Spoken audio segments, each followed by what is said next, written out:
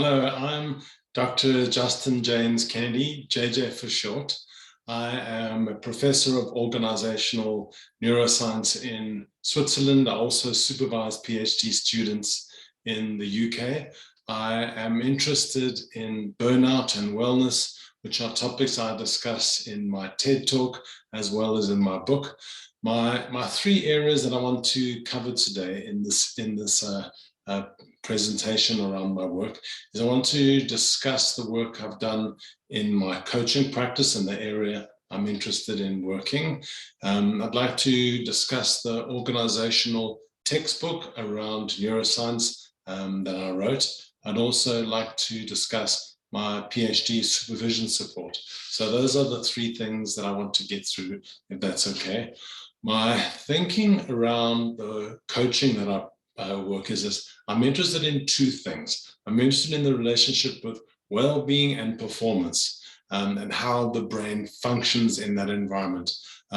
What I did is that I put a model together, which I call the sneeze model, which is very relevant at the moment, I suppose. And the sneeze model looks at what are the kind of habits that you can embed in a person's behavior that build resilience so that they can thrive in their work and in their life in general. So the S for the sneeze model stands for sleep. And without sleep, your brain and your body, and you just can't function effectively.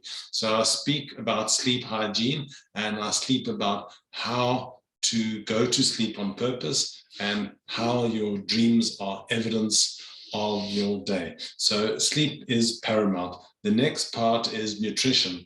The part of nutrition that is most important is that we all eat too much. This is the society we live in. And what I speak about in the coaching process is what kinds of foods are best to eat, what is the volume that is best to eat, the relationship between fasting and how bad it is. And also I speak around the Mediterranean diet and how bad that is as well. But obviously there's good things in everything, so I discuss those, specifically around carbohydrates and how that causes the brain to have the surge of energy that can't be tolerated. But anyway, we'll get to that in more detail in the process. The third is around exercise. And again, exercise is very important. There's three parts to exercise: cardio, strength and fitness of the muscles, and flexibility. So those are all important parts. As you get over your teenage and your early 20s, your cardiac fitness begins to decline. So you need to focus on that. So does your strength. So you need to build muscles, okay? And also your flexibility is a really good measurement of how healthy you are keeping your muscles. So our belief is that exercise is about how to keep your muscles healthy. But tendons and bones and everything else in between are obviously linked to that, as is mental hygiene and exercising the brain to be healthy, along with how the mind shows up. So what I then speak about is the effective neuropsychology of mindfulness and how that plays out in being playful in that space. So the important part about affect, which is the area that includes emotion, feelings, and mood. That's the term affect. And what is important is to know the difference between an emotion and a feeling and how the two interrelate, so that you get to understand how you can change your feelings based on the emotional surge that you are having. We all have emotional surges, but it's what you do with it and how you process those feelings and how you can influence your mood.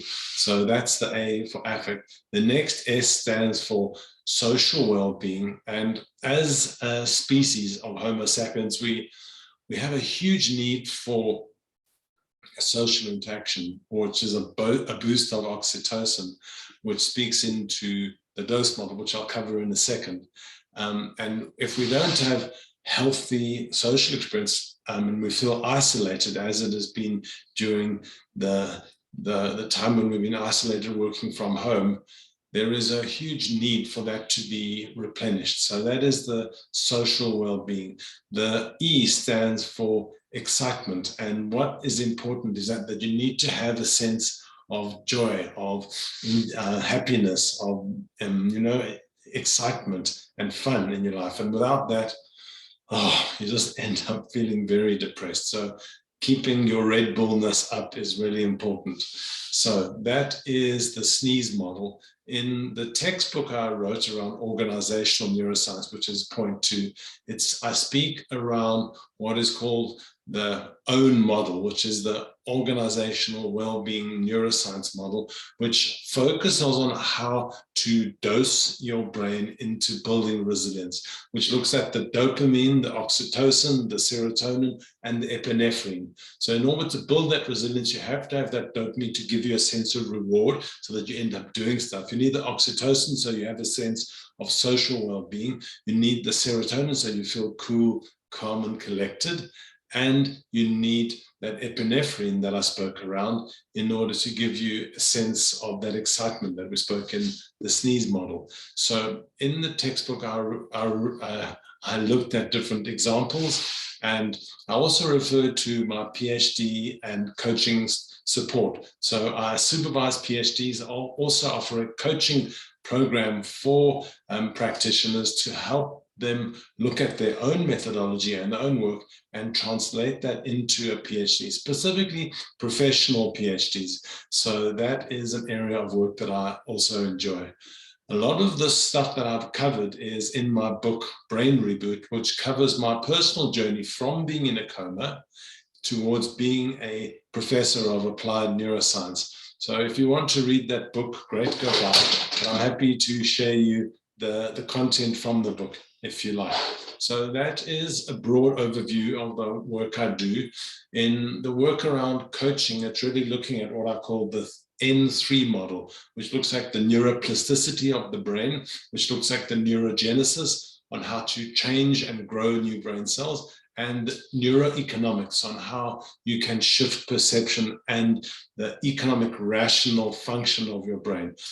I hope this was a good overview on how I coach and how I support practitioners and my academic and book writing. We haven't discussed my TED Talk, but look up it online, and I look forward to meeting you. Thanks so much and take care. Where is the off button? Here we go. Bye-bye.